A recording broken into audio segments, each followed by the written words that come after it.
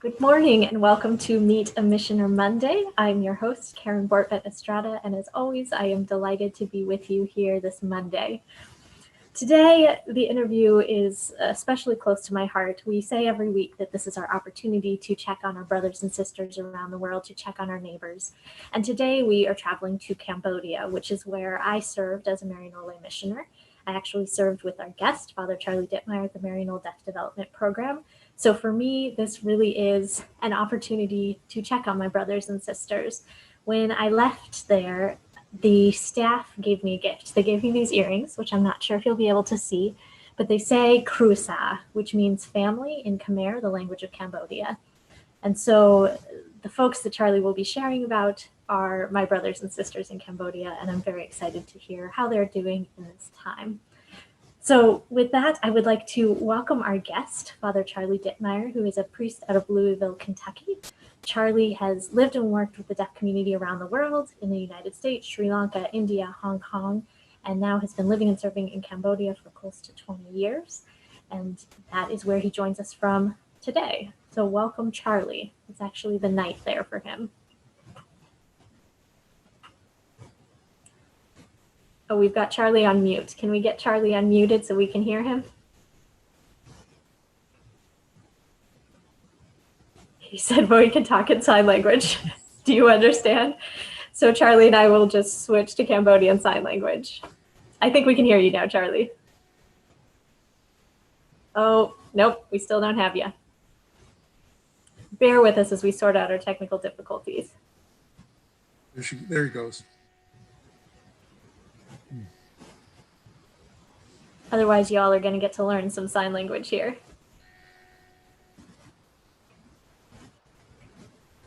I can hear you, still can't hear you. Not yet.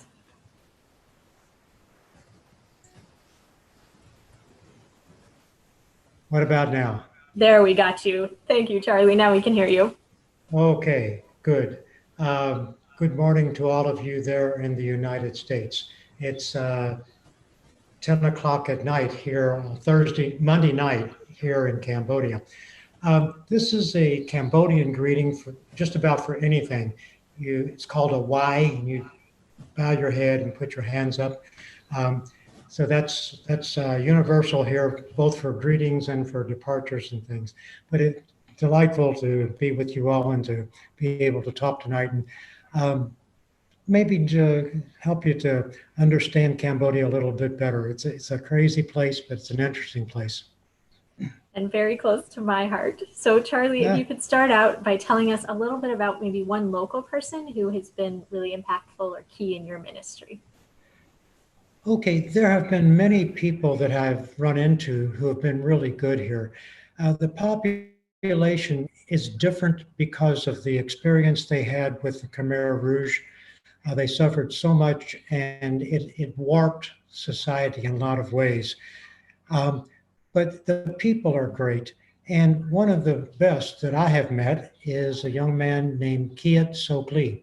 Here they put the family name first. So his family name is Kiet and his name is Sokli. In this picture with the elephants, he's the one on the far left. And he is the director of the Deaf Development Program with me. He started with us more than 10 years ago as a program manager. And when we were hiring a program manager, he interviewed with us. He was number 3 of 5 people we interviewed. And when we finished, we said, man, he is so good, but we can't take him. We ended up hiring an older man, and he only lasted a week. And he said, I have to go back to my previous NGO. And we thought, we really like Sokli, let's give him a chance. So we hired him, and he is super good. He was 24. We had 32 staff at that time. 30 of the staff were younger than him. Were older than him. Only one staff was younger. And this culture really puts a great deal of respect and prestige for older people. So to have a manager where everybody's younger than the manager was really unusual. But Soakley just did a super job and is still doing a super job. He's very intelligent. He has 4 master's degrees from New Zealand, France, Hong Kong, and Cambodia in sign language, linguistics, in business, in research. And he's just an ideal person, both from training and experience, but also too because of personality. Everybody loves him. The staff respect him tremendously. So he has just been super good. And he's made such a contribution and such a commitment to working with the deaf people here. He could be making a lot more money than he's making working for Maryknoll, believe me. And when our donors started cutting our funds the past 18 months, he started taking half his salary. So just wonderful person, wonderful commitment, wonderful skills, super good guy, a real inspiration to me. I can second the vote for Soakley being an awesome guy. That's what some of our other staff, I think, that he's eating with there. That's here he's in the red shirt there. So for those that are just joining us, we're talking today with Father Charlie Dittmeyer, who lives and serves in Phnom Penh, Cambodia. If you do have any questions for Charlie, remember you can put those in the comments. The comments box is either below this video or off to the right, depending on what kind of device you're watching on. So Charlie, you spoke a little bit about your work there with Soakley, or what you and Soakley are doing. Can you tell us about the ministries you're involved in there in Cambodia? I've got 2 ministries. The first one, the reason I came is working with people. I've been doing that since 1969. And I knew there really wasn't much happening in Cambodia. So when the right time came and I was going to be moved within Maryknoll, I asked if I could go to Cambodia. I had been there in 1997 and had first seen the very, very beginning, literally 1 or 2 months after they started this little program. And so I knew they needed help. So I came, and what happened after I got here and I finished language school, the local group here, a local NGO that was partnering with the Finnish Association of the Deaf, the local NGO collapsed. So Maryknoll replaced the local NGO to work with Finland, and then I became the director. And we have 6 projects. We do some basic education for deaf people who have never been to school at all. And we do job training, and then we do sign language interpreting. We also work at promoting Cambodian Sign Language. It did not exist before 1997. So we've been working with the deaf people and with the country to promote the use of Cambodian Sign Language. It's a big job. Because there were no schools for deaf people before 1997, none of the deaf people knew sign language. And even today, 97% of the deaf people in Cambodia do not know sign language. That's after 20 years of our work. So we've got a long way to go. The 5th program that we have is the Deaf Community Development Program. And that's where we go out into the boonies and the rural areas looking for deaf people. There are no registries of deaf people or people with disabilities, so we have to go find them. Most deaf people here are identified as, quote, crazy. And, so people think, well, this young man or young woman is crazy. There's nothing you can do for them. And they have no idea that they're deaf. And even if they knew they were deaf, they don't know that there's anyone here working with deaf people or that deaf people can be educated. And then our 6th project is the social services. Once we find the deaf people, then we start trying to deal with all of their problems, things that come up. So we have those 6 projects with the deaf community, but still we're reaching so few of them. A French government organization started in 1997, the same year we did, and they started schools. So now there are 5 deaf schools in Cambodia, and they've just been turned over to the government a year ago this month. Um, and they work only with education, only with young children. And then our Deaf Development Program, we work with everybody else. My second ministry is working with the English-speaking Catholic Church. The Maryknoll priests are native English speakers. So the bishops have all been French, and they recognized that we're native English speakers, so they said, can you take care of the English-speaking community?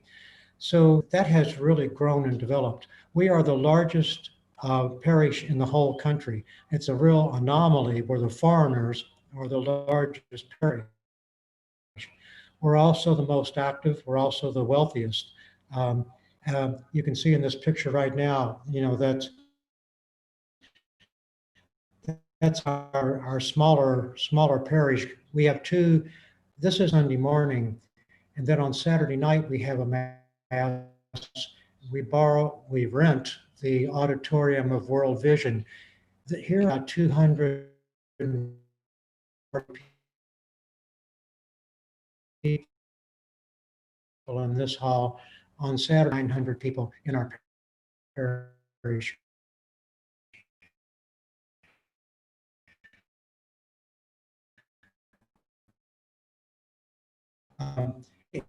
Interesting is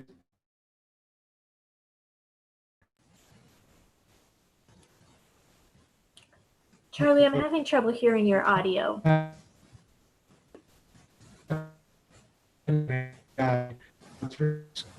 Just showing different.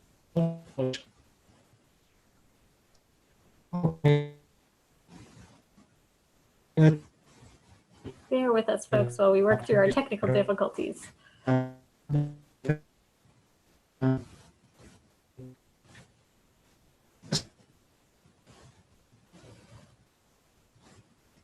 Charlie, can you try unmuting the phone and we'll use that audio and see if that makes a difference?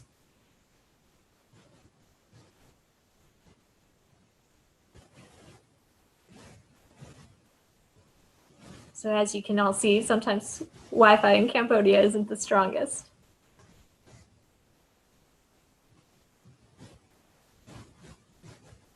For those that are just joining us, we're talking with Father Charlie Dittmeyer, who is a serving with Maryknoll lay missioners in Phnom Penh, Cambodia. And he's sharing about his 2 ministries working with the deaf community in Cambodia and also with the English-speaking Catholic community.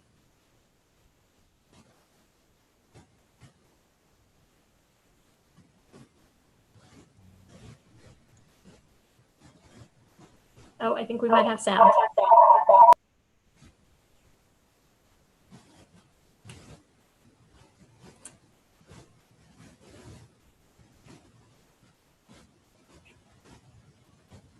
We're having a few technical difficulties here, folks, but if you bear with us, we'll try to get Charlie's voice back momentarily. Charlie, can we try disconnecting the computer and we'll just go back to the phone-only sound?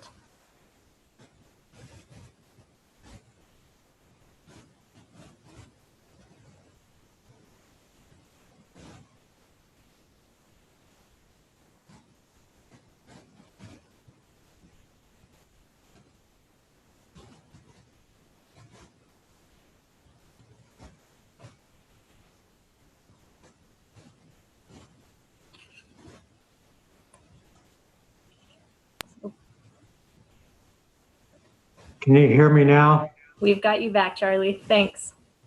Are you getting an echo? Not too bad. What about now? Perfect. So you were talking about the English-speaking community being the largest one and showing us the pictures from the Sunday Mass, which you said was the smaller Mass, and that's about where I lost sound. Okay. I'm getting an echo. Well, let's try. Let me know what you're getting or not getting. You're clear. Okay.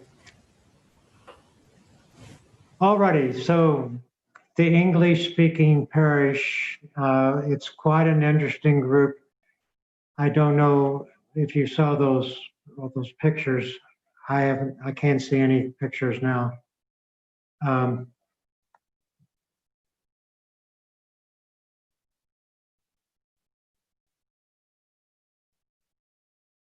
There we go. That's a Pakistani funeral. Most people here get cremated, but this was different, and it's not like your normal funeral in the United States at all. Charlie, can you tell us a little bit about the Pakistani population there in Cambodia? You may have mentioned it when we couldn't hear you. About the what?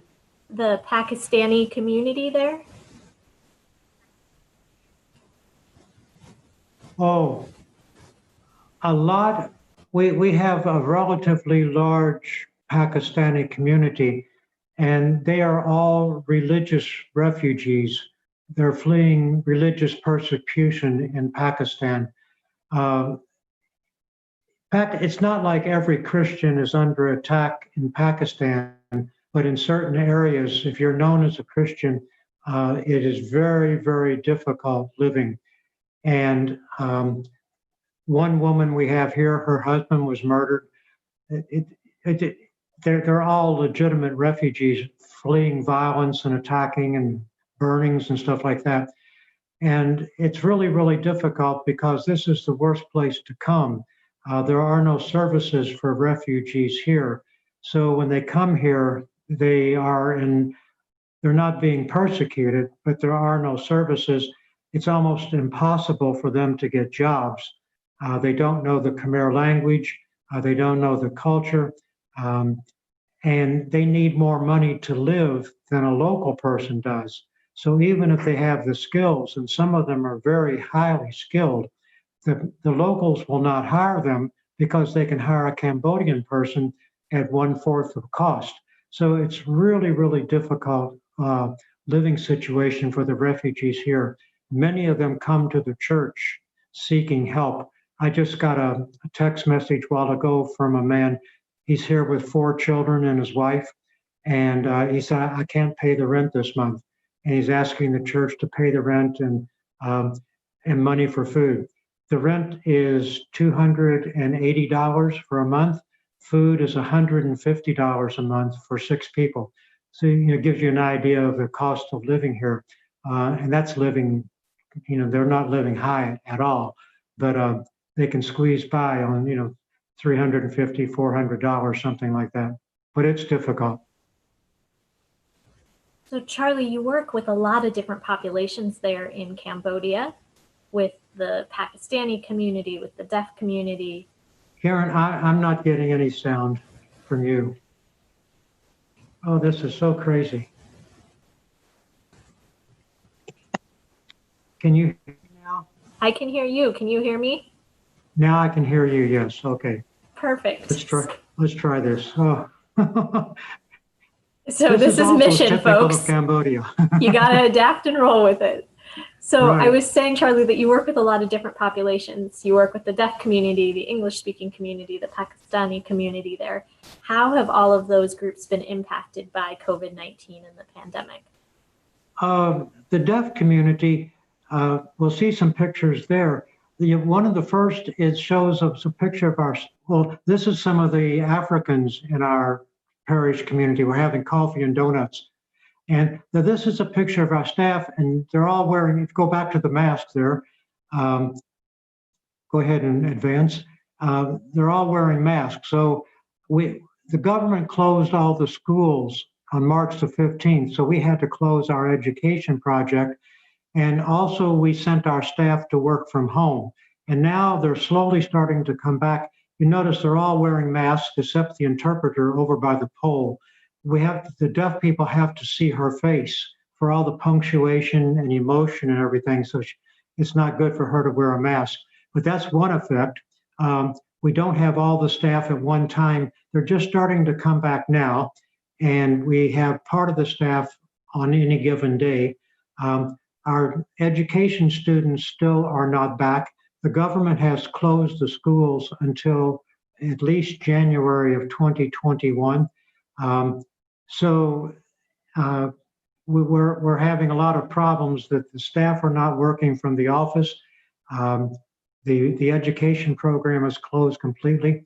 The only thing we're doing right now in terms of our projects is our job training. And because our job training students, they basically work as apprentices in small shops. So they're not in a classroom. So we can get them under the radar of the ban against schools, and because they're working in these little shops, which are still open. They come back to spend the night with us. We have a hostel, but because there are only 20 of them have come back, our hostel holds 70 people. We can space them throughout the hostel so that's safe too. So we're starting, and we're talking now. The government just 2 days ago suggested that they might start phasing education in 3 steps. First, the big international schools that have the money, the staff, the training for social isolation and things like that, they're going to let them open first. And then what they call the medium standard schools, other schools that can do the social distancing and the hand washing and stuff, they'll let them start a month or 2 later. And then the schools that have the lowest standards, where they probably can't do much in terms of social distancing, they'll be 2 or 3 months after the first and second groups. So they're talking about doing that now. They haven't given any dates for starting, but we had some meetings today just talking about, will we be in the high standard, the medium standard, or the low standard?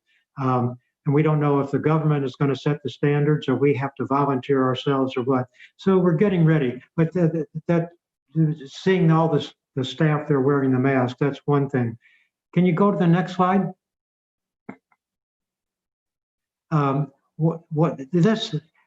This is a picture of a billboard, an LED display sign out on the street in Phnom Penh.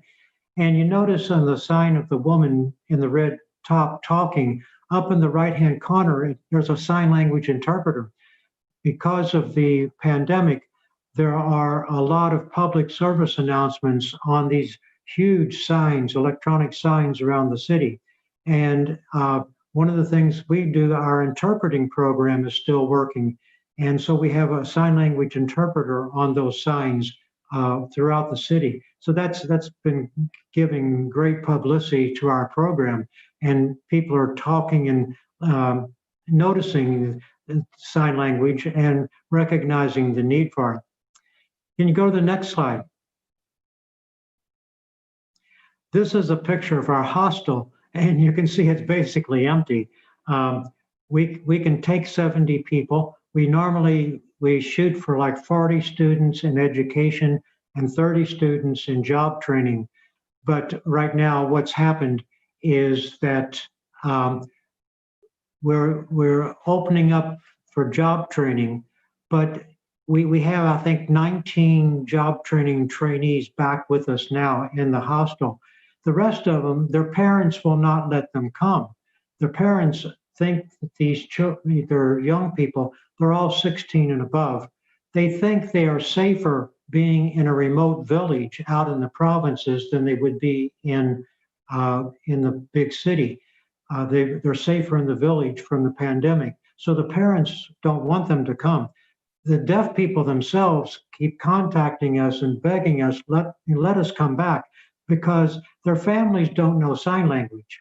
And so they're stuck at home with their families. And it's like solitary confinement, because they're right in the middle of the family, but no one communicates with them. And so now that they've learned sign language with us and have, developed friends and, all sorts of activities, they're dying to come back. But right now the government will not let the students come back. And even if the government says yes, we don't know if the parents will let them come back. So that it's really affecting us that way. Yeah.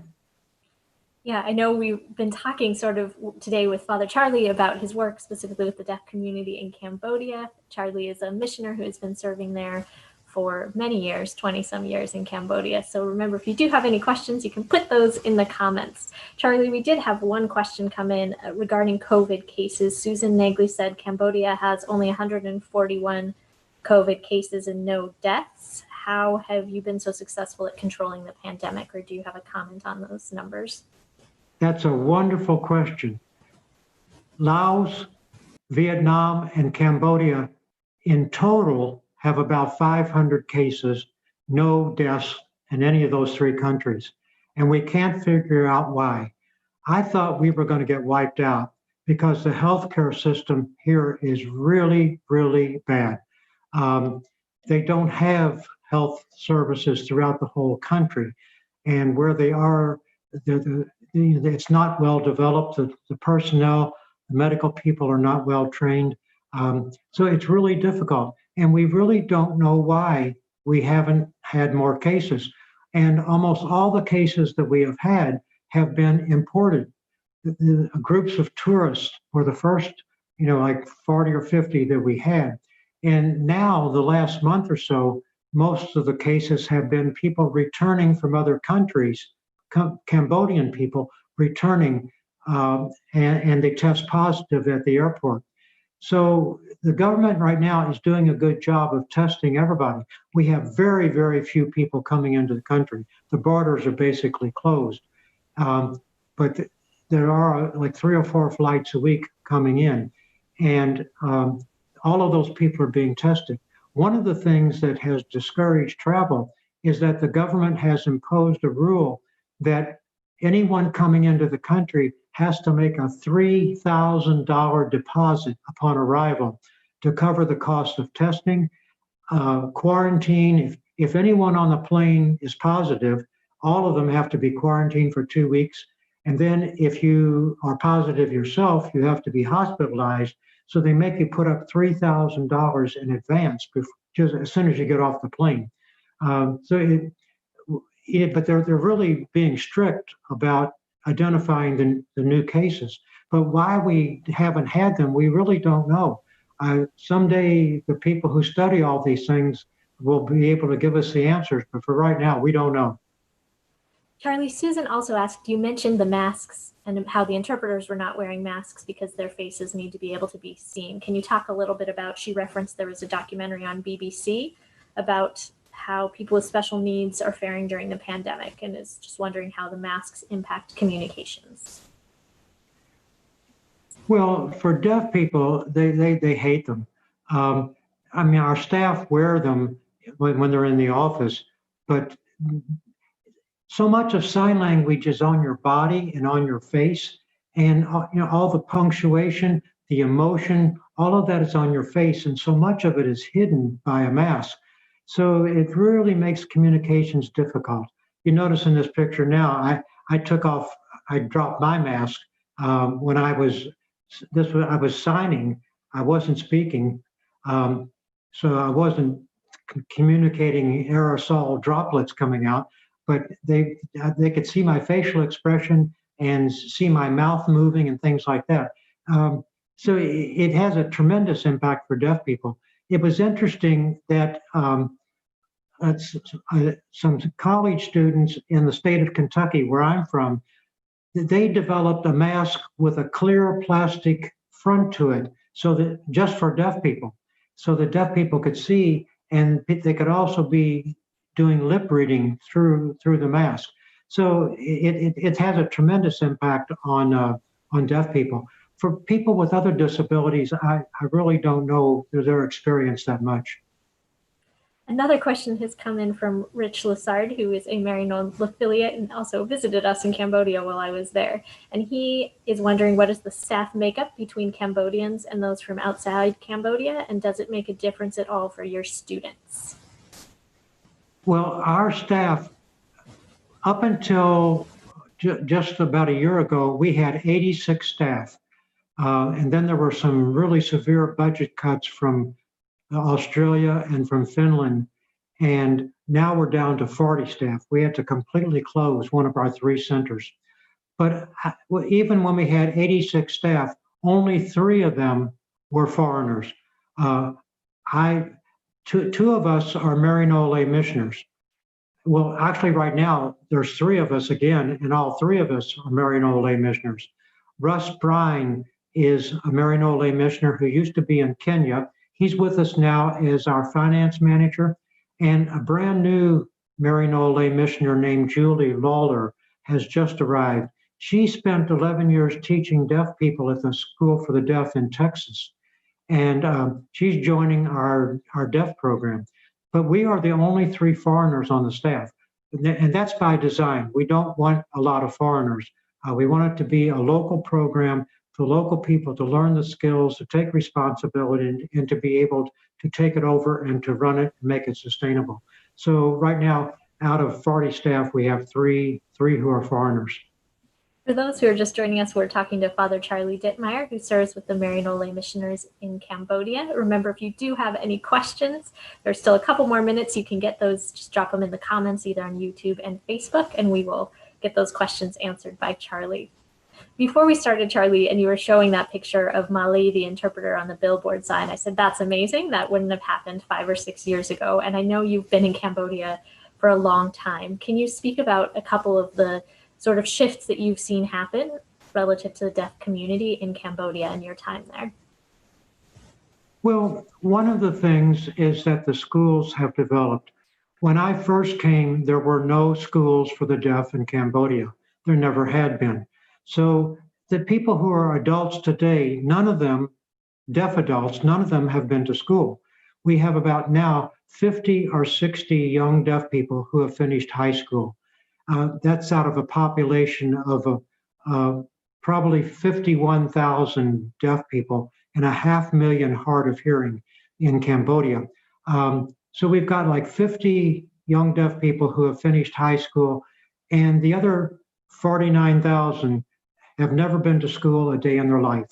They think they're the only deaf person in the world. So one really big change is the starting of the deaf schools in 1997, the same year as our deaf program started. And now those schools are well established and have just been taken over by the government.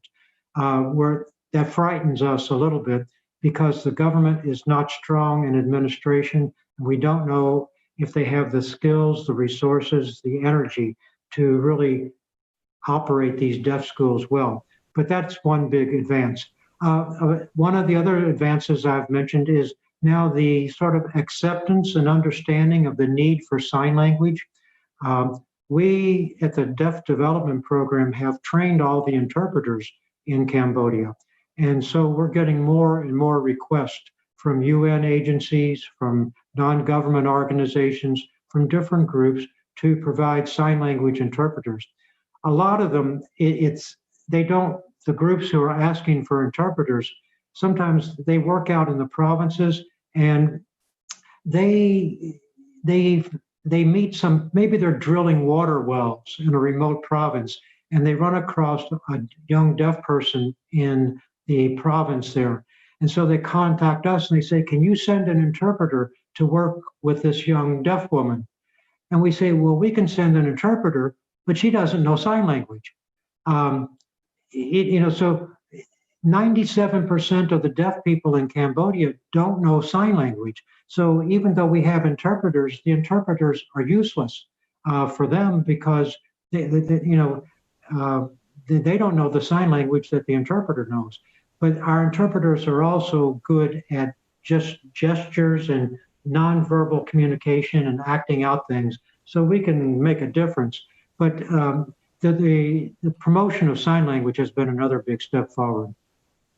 I remember after I left, a number of staff left DDP, and I told people it's terrible that our staff are leaving, but they were being pulled to other organizations that wanted someone with that background. So a blessing and a curse of training people well.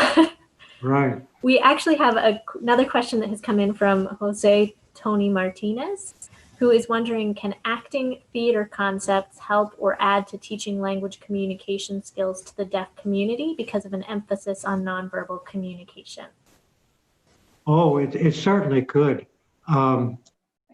I would love to have some people in our program who could work with our students and with the general deaf community who come to us. At any given time, we only have 50 or 60 students. That's by design. But we work with anywhere from 400 to 500 deaf people who come for various things. You saw a picture a while ago of the Women's Day celebration, and we could have 200 or 300 people come for that. And we very often do things like skits and role playing and things.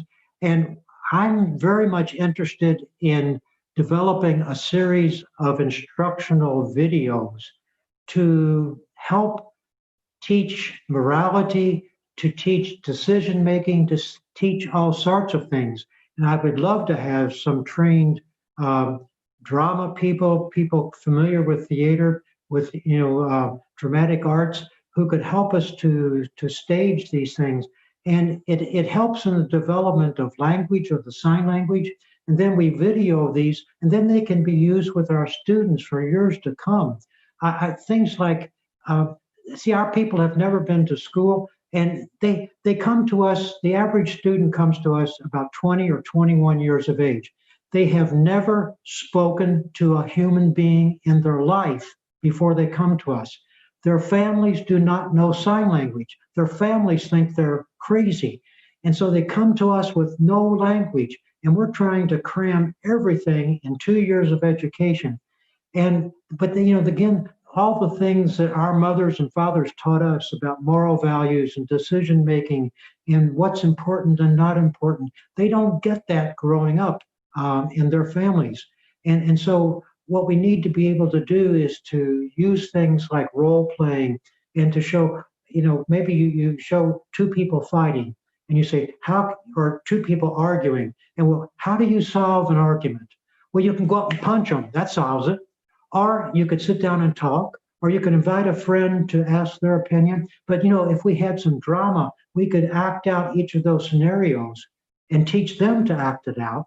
And then, to let them go back then and discuss those. Okay, here's one way to solve an argument. Here's another way. Here's another way. Which one do you think is better or best? And so I would love to have, that's a long answer to yes, I would love to have some drama skills for our program.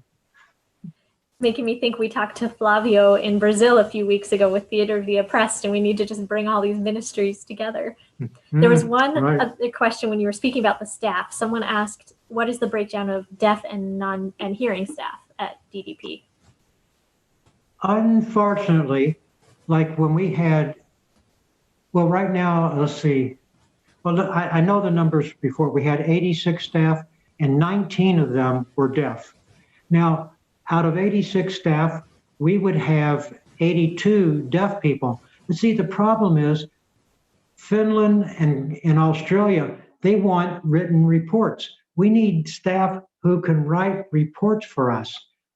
They can give us reports in sign language, give those to us, but then we can't send them to Finland and to Australia, to the donors who need reports regularly. And so the deaf people come to us with no education. We give them minimal reading and writing skills in the Khmer language, intensive sign language, and simple mathematics, and a lot of life skills, 2 years of intensive training. But at the end of that, their education is still really limited. And so the deaf people that we hire, they are our field workers. They go out and they go to the villages with an interpreter, and the interpreter talks to the families and to the local officials. And the deaf person can then try to communicate with deaf people that we find. Again, these deaf people that we find don't know any sign language, but a person who was born deaf and grew up that way, they can use the gestures and natural language to help communicate. So the deaf staff go out as field workers. They're also our sign language teachers. Hearing people should not be teaching sign language. So we use deaf people for sign language. And then we also have deaf people who work in jobs as cleaners and groundskeepers and things like that. So before, when we had like 80 staff, about 1/4 were deaf, and that's still about the same percentage. I just don't know the numbers right now since our staff reduced. But again, we would love to have fully deaf staff, but they just don't have the skills at this point.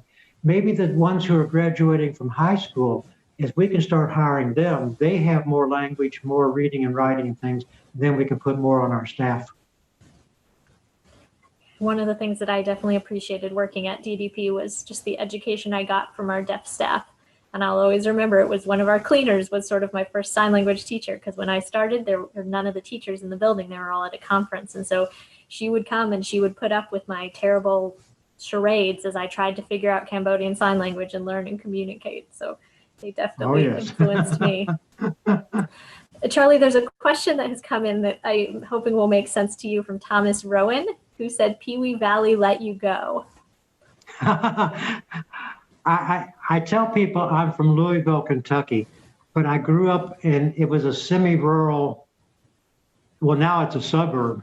It was way out in the next county when I grew up in Pewee Valley, Kentucky. That's P-E-W-E-E. It's not pewee meaning small. It's pewee meaning a bird called a pewee. And I am from Pewee Valley, Kentucky. Yes, they let me go. That probably helps you relate some to rural Cambodians if you grew up in a rural area. Oh, yeah. I worked on a farm during the summers when I was home from the seminary and stuff.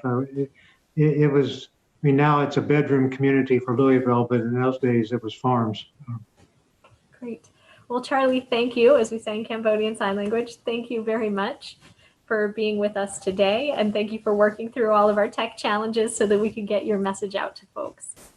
Thank you for your patience. And thank you, all of you who have been listening and watching. And if we can do anything more, get in touch with us. But thank you. Bye-bye. So thank you all for tuning in today. If you are interested in learning more about Father Charlie's work, there are a couple of links we're going to share here. Charlie keeps up a great blog where he puts up pictures from Cambodia. There's also a link available to the English-speaking Catholic community in Cambodia, so we'll put those in the comments, and they're also on the slide here. If you would like to read more about the Deaf Development Program, there are a number of articles that are on the Maryknoll website, and we'll drop those links into the comments so you can see what's going on with the Deaf Development Program there in Cambodia. We'd also like to do a couple of other promotions. Later on this week, the Maryknoll Office of Global Concerns will be hosting a session to learn about climate change and the U.S. elections called What's at Stake? Climate Change and U.S. Elections. The link to that is right there. I believe that's on the 9th. I apologize, I forgot to write the date down, but if you just follow that link, you can find out how to sign up and learn from Maryknoll Office of Global Concerns on that issue.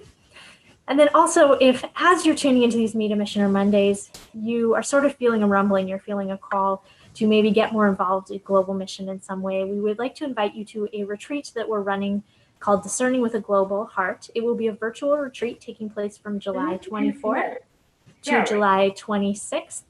And it is an opportunity to come together with others in discernment and to see where you might be being called to serve in these times of pandemic globally. Maybe that means acting locally, thinking globally. Maybe that means serving as a missioner like Charlie or some of our other folks. So we would encourage you to reach out, send us an email, and get signed up for that if that sounds like something you're interested in. Last but not least, we hope you will join us next week. We will be joined by Mike Gar and Mohammed Abdallah, who is one of his students at the catering school where he works in Kenya. So right here at 11 a.m. Eastern Time on either Facebook Live or YouTube Live for our next Meet a Missioner Monday. Until then, be well, stay safe, and peace be with you.